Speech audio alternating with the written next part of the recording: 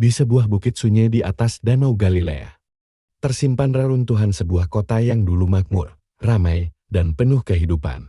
Hari ini, tempat itu dikenal sebagai Taman Nasional Korazim, sebuah situs arkeologi yang menyimpan jejak salah satu kota yang dikutuk langsung oleh Yesus. Ini adalah kisah nyata tentang Korazim, kota yang tidak bertobat. 1. Awal mula Korazim. Korazim, atau sering disebut Khorazim, pertama kali disebut dalam catatan abad ke-1. Kota ini terletak di Galilea Utara, sekitar 3 km dari Kapernaum, di atas bukit yang memandang ke Danau Galilea. Dibangun dari batu basal hitam, kota ini memiliki arsitektur khas. Rumah-rumah batu, jalan kuno, dan pusat kota yang menghadap ke sinagoga megah. Masyarakatnya hidup dari pertanian, zaitun, dan gandum. Pada masanya, Korazim adalah kota Yahudi yang kaya dan sangat dihormati. 2. Yesus pernah melayani di Korazim.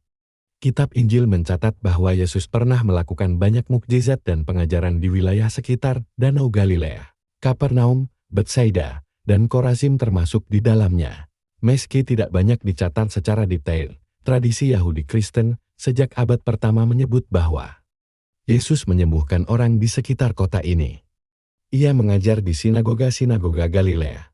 Dan masyarakat Korazim melihat karyanya secara langsung, namun kota ini tetap tidak mau bertobat. 3. Kutukan Yesus Korazim, Kapernaum, Betsaida. Dalam Injil, Matius 11:20-24 dan Lukas 10:13, Yesus berkata, "Celakalah engkau, Korazim! Celakalah engkau, Betsaida! Karena jika di Tirus dan Sidon terjadi mujizat-mujizat yang terjadi di tengah-tengah kamu, niscaya mereka sudah lama bertobat." Ini bukan sekadar teguran.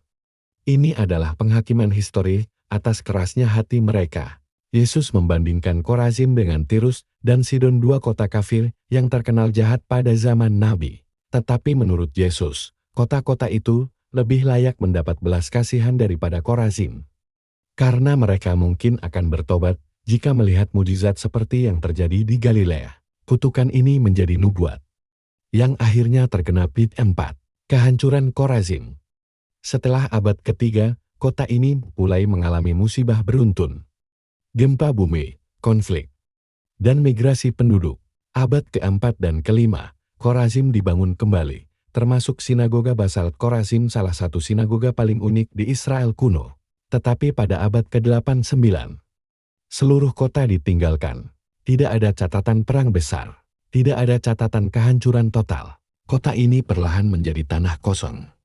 Seperti nubuat Yesus, sebuah tempat yang kehilangan hidup dan pengaruhnya. 5. Sinagoga Korazim, kemegahan yang tersisa. Sisa paling penting di Korazim adalah sinagoga abad keempat, dibangun dari batu basal hitam. Bangunan ini menunjukkan betapa makmurnya masyarakat setempat. Tiang-tiang megah, ruang pengajaran, tempat duduk kursi Musa yang disebutkan dalam Injil. Kursi Musa adalah tempat duduk pemimpin agama Yahudi dalam sinagoganya. Yesus sendiri pernah menyebutnya dalam Matius 23:2, menandakan pentingnya posisi tersebut dalam komunitas Yahudi. Di Korazim, kursi itu ditemukan di sini menjadi bukti kuat kehidupan keagamaan kota ini. 6. Korazim hari ini Taman Nasional Israel. Hari ini, Korazim menjadi taman nasional yang dikelola Israel. Tempat ini menjadi tujuan wisata rohani yang penting bagi peziarah Kristen, peneliti Alkitab, wisatawan sejarah, arkeolog.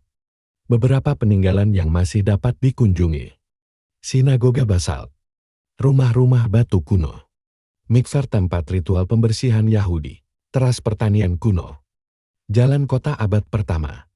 Di tengah keheningan Korazim hari ini, banyak orang berkata mereka bisa merasakan atmosfer kota yang hilang. 7. Makna rohani Korazim. Korazim menjadi simbol bagi generasi masa kini. Kota yang melihat kebenaran, namun tidak berubah. Kisah ini mengingatkan bahwa pengetahuan tidak cukup tanpa pertobatan. Mukjizat tidak mengubah hati yang tertutup. Dan setiap kota, setiap bangsa, setiap manusia punya masa di mana Tuhan menantikan respons. Korazim kini hanyalah bayangan masa lalu. Tetapi pesan Yesus dari kota ini tidak pernah hilang. Berbahagialah orang yang mendengar firman Tuhan dan melakukannya. Di antara batu-batu basal yang sunyi, kita diingatkan bahwa sejarah bukan hanya untuk dikenang,